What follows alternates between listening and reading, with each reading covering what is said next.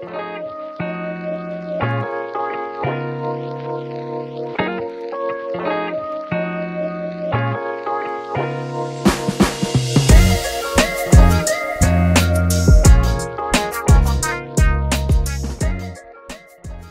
my first step ever podcast, and I am Ishani Nigam, your host and producer of the podcast. This podcast is made for all the disruptors around the globe who know that they are made for something, for that one thing, but fear of embarrassment, fear of rejection, the fear of fear itself holds us back at some point in time.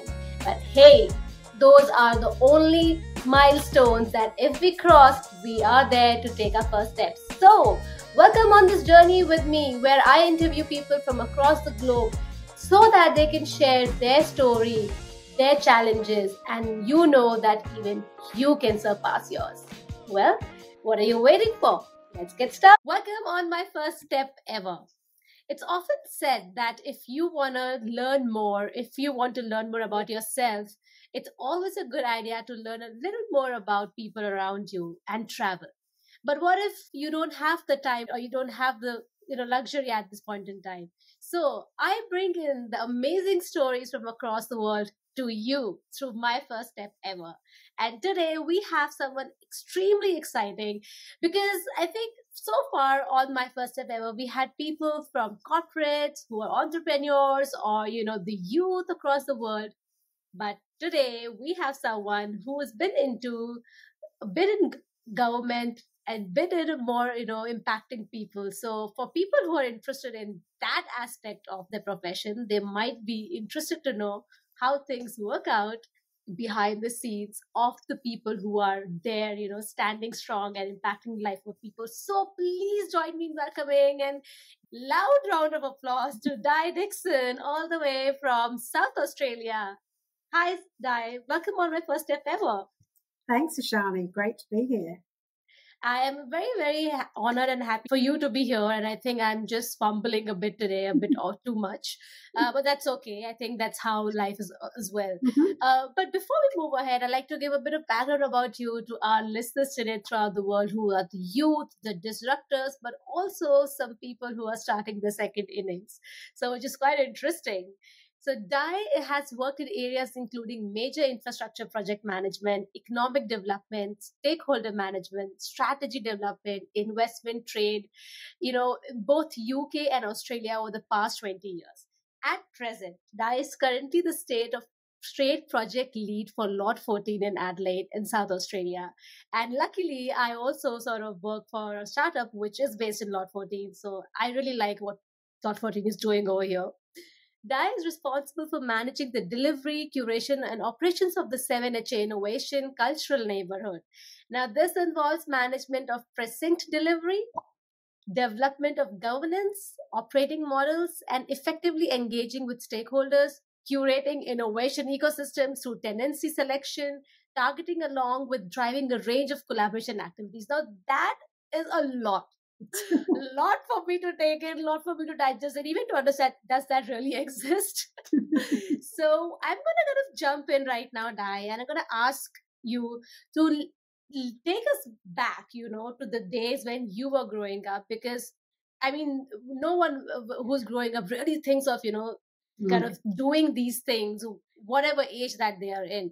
Because I think whatever you're doing right now involves a very major aspect of getting right people on board, managing people, understanding the psychology, helping them, and also impacting people. Being in such a position is a really big deal because you as a person need to be really, sorted in your head or probably, seen a journey, lived experiences that you're able to kind of help, uplift people. So to understand what really goes behind being you, I like to kind of trace back a couple of steps, go into your childhood and kind of understand what was the mindset that you were surrounded with when you were growing up.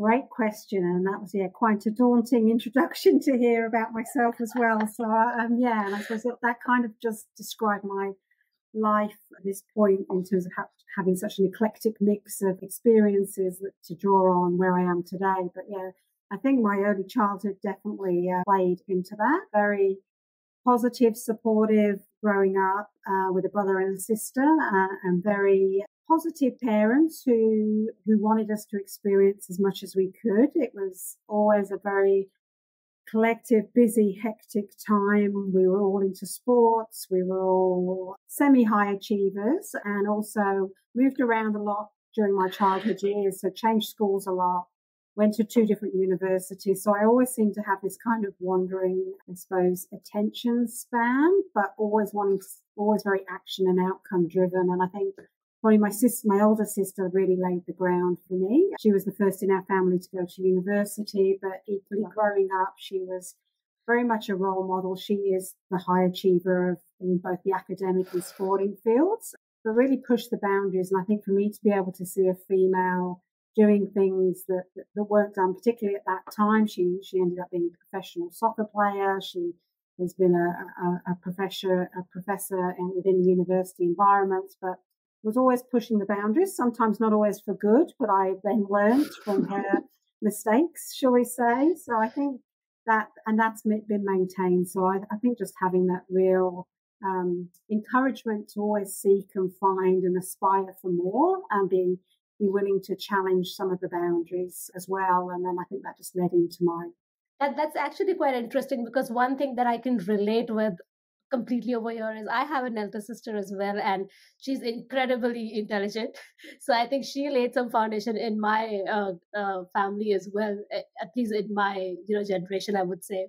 And I really like the fact when you mentioned about you had the opportunity to travel while you were young, and you sort of used to push your boundaries, and mostly in good ways, and sometimes you learn from that. You mentioned at this point in time when we are growing up, this is the most important stage of any person, what they're surrounded with, what the associations they have, what they're told, what the names that they're given, it really impacts them when they grow up. So what would you like to kind of over here share with our listeners, that if for some reason, if they are not in a very happy environment, growing environment, what's one kind of advice, or one thing that you can share with them, that they can kind of come out of that situation if their childhood has not been a really good supportive environment? Great question. I think it really comes down to surrounding yourself with the right people. It really is that influence, that sort of it takes a village kind of mentality. For anyone's success story, it can't be done on your own. So I think for people that maybe haven't had that, what I would say is an advantage because it's such a motivating upbringing, it's to look for your channels where you can find that. I know sport for me really was, team sport for me was really an outlet, which I think is accessible to most people in some capacity. And I think that just really grounds you in terms of your role as part of a team, but it empowers you in knowing that what you do makes a difference. But it also means that sometimes things don't always go right, and you can learn from things that don't. So I think sport's a great enabler and an empowerer. And also just, if sport's not your thing, it's just finding that shared interest that you can have with other people, and just surround yourself with positivity. Incredible. So the theme that I can, kind of hear from what you're mentioning, and which really works well, is finding the right tribe, finding your kind of people, and kind of, giving the fuel to your own talent and strengths, being amongst those people. So hey listeners, if you're here, you're listening to us right now, I think Dia has shared something really, really interesting right now. If you're not feeling you're at the right place, and if you're not feeling that things are moving in the right direction, or have not been good in the past, it's time to take action and make that changes, and I think one amazing example that Dia has given us today right now is find the right people that you can grow with. And sport is a really, really good example, I think, Dia, that you have mentioned. It is such a good way to kind of give us the thrill, the excitement in life, but teaches us the very interesting things about teamwork. Now, kind of moving from there, like while you were growing up, and you've just shared that you traveled a bit, you were in different universities. In your university days, what were you doing at that point in time, and who were you surrounded with, and what were you like back then? Leads on, good segue from that last conversation around sport. I actually initially studied for sports management and business studies, and so that was So I managed to surround myself with the right tribe around that. But also I did a couple of undergraduate degrees before starting my working career. And I think that enabled me to get a mixture of experiences and people that I combined it then with a postgrad in marketing and comms. And I think just my pathway is continually sort of led me to how do we communicate better? Who are our stakeholders? We can never achieve anything on our own. You have to be able to really motivate others and bring them on a journey. And I think that was something that I just felt a quest for, that I had skills that were transferable, and I didn't think I ever felt like I fitted in a particular box. I didn't ever say I want to be this when I grow up. I kind of just jumped on the roller coaster, buckled up, and went off on the ride, and just has worked out very fortunately for me in terms of meeting the right people, but also putting myself out of my comfort zone. So continually challenging myself. And I think that applies to the sports example, but also in terms of just experiences both at university and in my early stages of my career, and things like public speaking and doing things like this would never have crossed my mind that I would ever thrive on as well as enjoy. So I think those early stages where you feel uncomfortable, but you feel better for it afterwards. Yeah, I think you've actually touched upon a very essential aspect, and that you mentioned that you never ever put yourself in a box or labeled yourself, I just want to do this, and you did not have the restriction of just going within one particular field. And it shows because you were championing in the sports part of the life, your industry, but then you took those transferable skills into a different profession. And I actually want to kind of sort of dig deep into this over here, try to understand how that happened for you. Reason being, because a lot of people who listen to us, they are at a stage where probably they have had a bit of experience, but they don't know where else to kind of, go ahead with, how to kind of tap into the opportunities that is present now. So I think your journey of, tapping into your transferable skills from sports to the comm side of thing, and that you have kind of, public speaking that you tried. How did that transition happen for you? Like, did you ever have that internal dialogue, or how did you kind of navigate your way from that to this that you have just mentioned? I don't think I ever had probably not the right answer. I don't think I ever really had a really clear plan. It just came back to wanting to enjoy whatever I was doing, and that I felt that then obviously increases your passion and your ability to deliver then. So I was working in a combination back in the UK of local government, but also some private enterprise as well. And I think just because I was, particularly from a government perspective, surrounded by people from a range of disciplines, that I was able to kind of morph my way into where I saw things that were interesting. So from that marketing and comms position, and my sports background in more of the sports development, sports management, I decided that, I quite like the idea of delivering infrastructure projects. So I moved into sort of sports infrastructure delivery and funding through the Sports Lottery Fund at the time over in the UK. And so that gave me this really great experience of delivering construction projects at a lower level, but being able to really draw on just organizational skills and logical skills. So which led me down more of that project management pathway, which again, by default or by some strategic plan or other being, led me into that, project management is so transferable. And that's really what I suppose kind of catapulted me onto a journey of, well, I could actually lend my hand to anything. And I'd started building up the support system around me, and mentors and champions and strong networks that could actually then started coming to me saying, well, would you be interested in doing this? Or for me, actually knocking on doors saying, I know you're looking at this, but I think I could add some value to that, and just trying to find your way through things. But I think that only comes with confidence, but also with passion and wanting to do the right thing. I think I'm going to ask a question over here, because I really like the fact that you were able to see through things, go with the flow, but take actions. That's what you did, and you kept going on a go. But this is a phase for a lot of our listeners, maybe in the early 20s or late 20s, where you do get stuck and you do have this, feeling, what am I doing? What I want to do in my life? I have no idea. You do have that dip or that moment in your life from your experience, if you had one, or if in general, if you are able to kind of give our listeners a bit of advice again over here, that if they are in a situation where they don't know how to kind of go past that dip that they have just recently faced in their early career days, that how do you make sense of things? Because it's so important to understand yourself and then able to kind of get people on board. So how would you kind of help them with that kind of mindset that they have right now?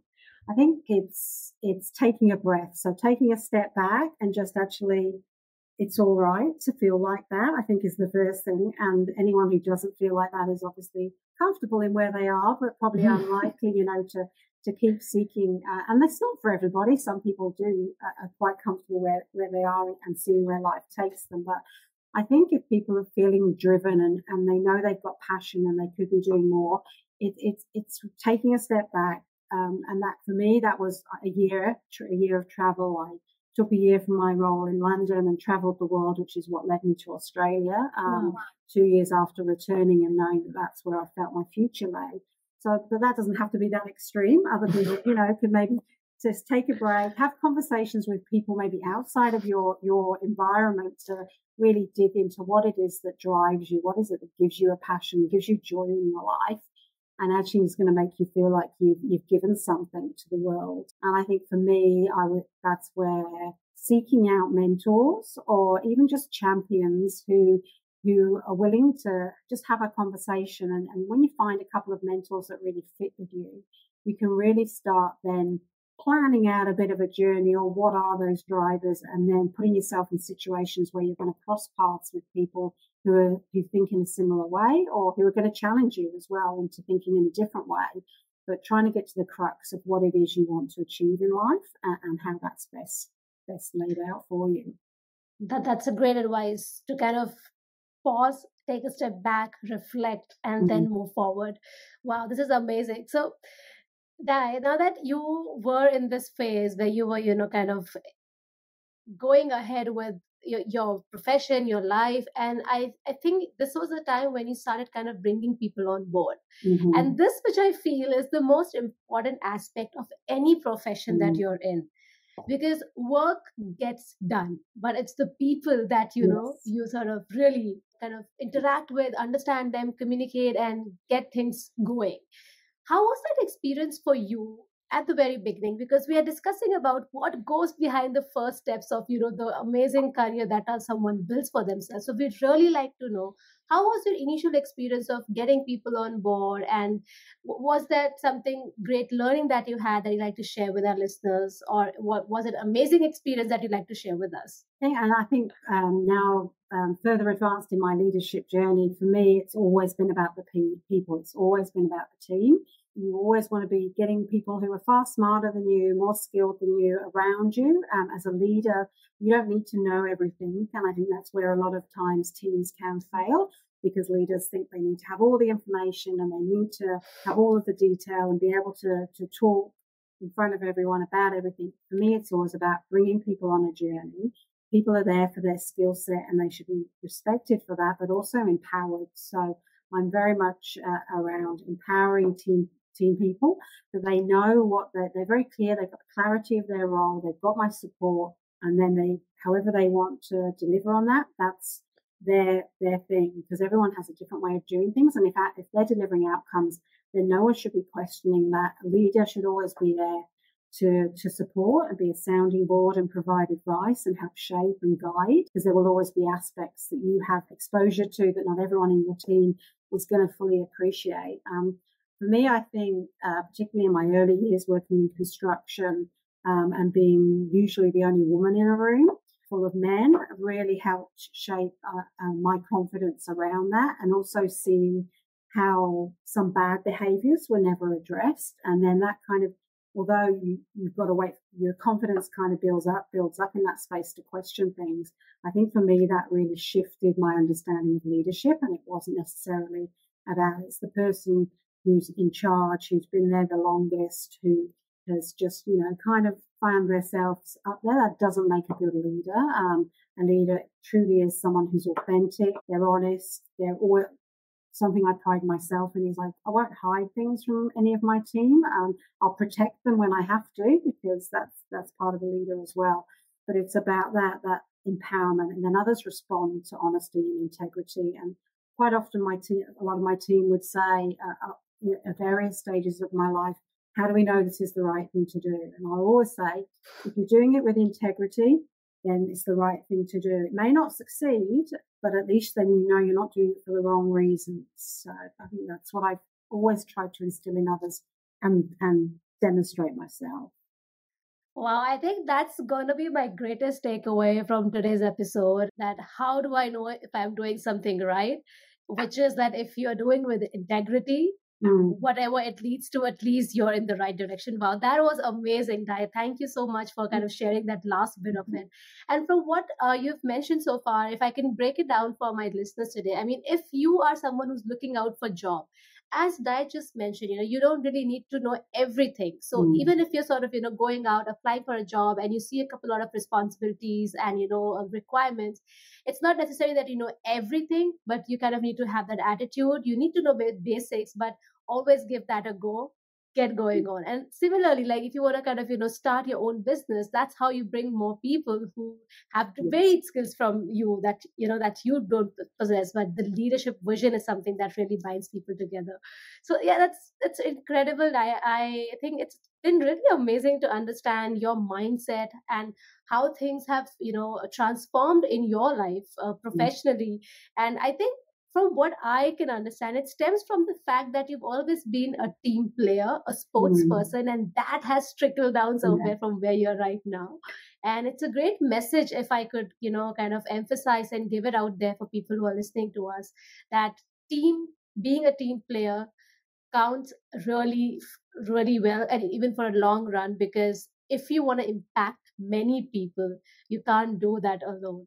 That's great. So I think the last question I'd like to ask you over here is, now that you are in Adelaide, South Australia, you're the project lead of Lot 14 in Adelaide, which is doing amazing things for, startups, innovation and education sector, and a lot more.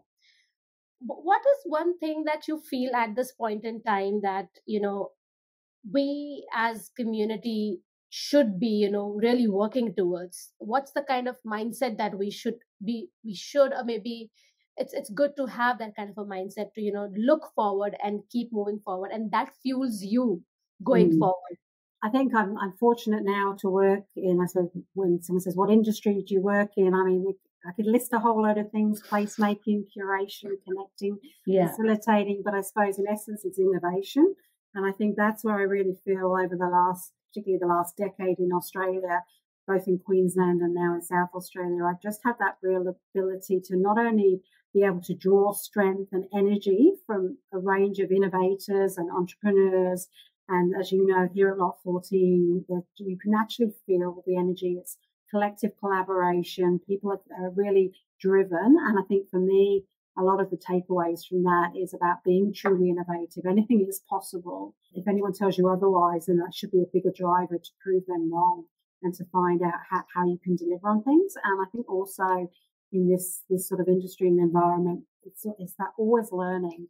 Like there's things before I came to Adelaide that I would not have thought for a moment I would be leading on. And I suppose it's not to be afraid. It goes back to those transferable skills, but it's also about being confident or not feeling that you can't ask questions, and believe in yourself, and that there really is, I know we always hear it a lot, that there's no silly question, but there really isn't, because everyone has a different answer. It's always subjective. So I think it's that always learning mentality approach to things. And I think for me, the big thing is about being fearless.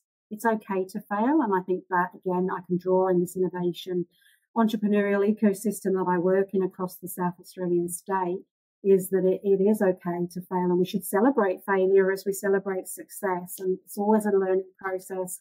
And in other countries like Israel, that is the premise of them generating human capital and supporting their economy and their skilled workforce. So I think there's a lot to be taken away from just that approach that any general innovator would have, but applying it into your workplace and your career aspirations as well.